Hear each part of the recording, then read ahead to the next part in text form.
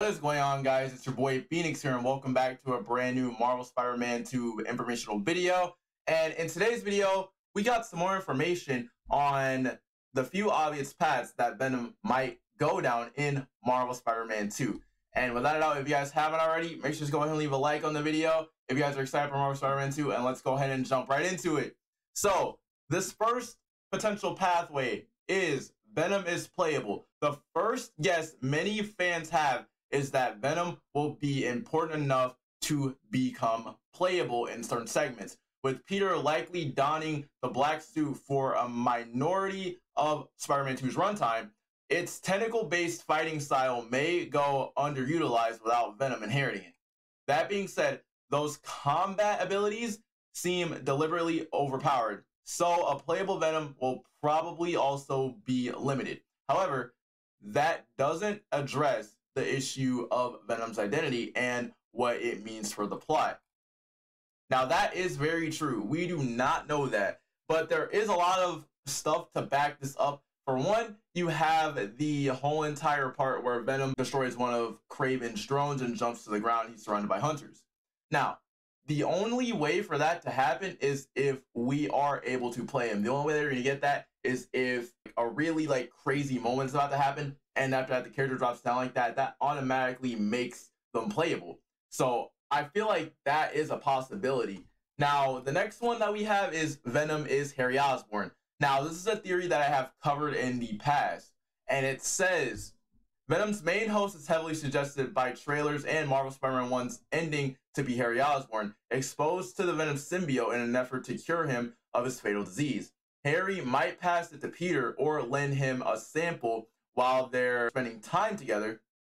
However, that doesn't explain how the spider-influenced symbiote returns to him, and it's currently unclear why Harry would oppose Spider-Man even with the symbiote's influence. Norman Osborn, his father, could use the symbiote himself, but that would lose the emotional impact of a likable character turning evil.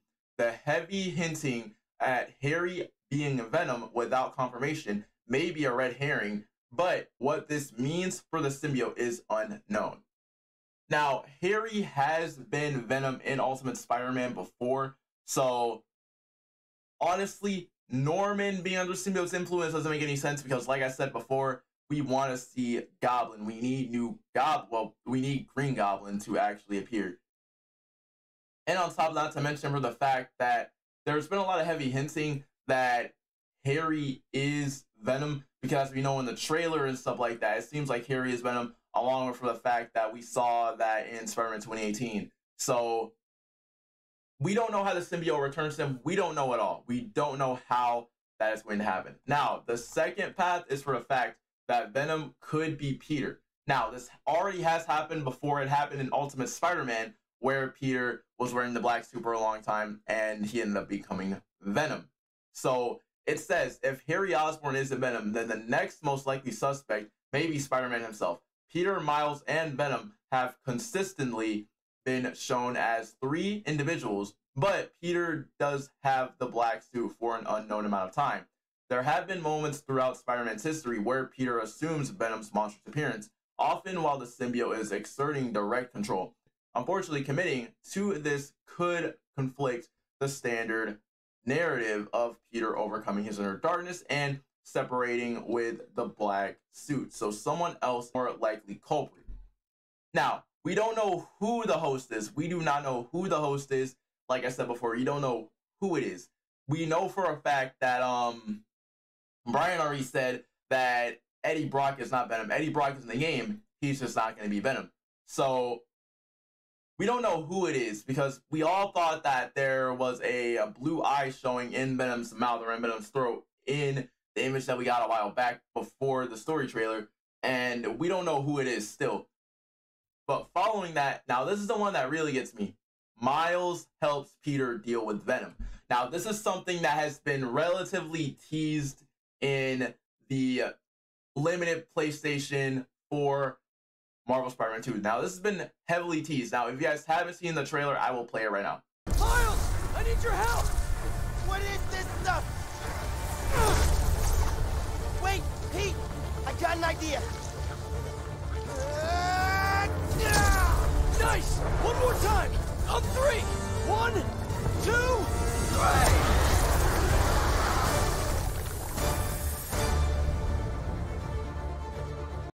How would that work? Because one of the weaknesses for the symbiote is obviously electricity.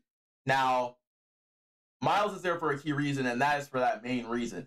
But following that, it says, still, even if Venom really is just Harry, Peter is going to spend some time wearing the symbiote. He could even take a temporary role as the antagonist to better his civilian life, forcing Miles to intervene. Instead of the normal church bells, Peter rings to drive off the symbiote suit. Miles's electric Venom powers could fry it off Peter once he's pushed too far. This would give Venom, or at least the symbiote, a reason to dislike both Spider-Man and the chance to justify its shared name by copying Miles's powers in addition to Peter's.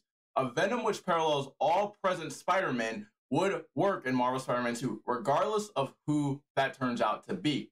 Now, obviously with this, we obviously have the introduction of Venom learning all of Peter and Miles's moves, other than Miles's Venom powers and stuff like that. Now, that sounds like a very interesting idea because, for one, now obviously the more time that Peter spends with a symbiote, obviously in Marvel Spider-Man 2, in my opinion, you guys already know this, and I'm pretty sure you guys are going to agree with me on this. Do you guys think that the more time that a symbiote spends with Peter, the more times the symbiote is going to be afraid of Miles and know about his bioelectricity? Because to me, it seems like he's going to know about the bioelectricity because, you know, obviously, like I said before, the symbiote's going to latch on to all the memories that Peter has. And, you know, it's obviously going to figure out that, you know, that Miles is going to be kind of a problem. So as soon as he figures out that bioelectricity is the problem, there's a chance that, Peter's going to be able to fight it and Miles is going to be able to fight it. And, you know, at some point in the game, you know, Peter is going to have to figure out a way to hold, you know, the symbiote back for Miles to get off a clean Venom shock. So with that, I don't know what you guys think about that. Let me know down below what you guys think about that. And without a doubt, it's been your boy Phoenix. And I'll see you guys later on Spectacular Spidey Webtastic Banger.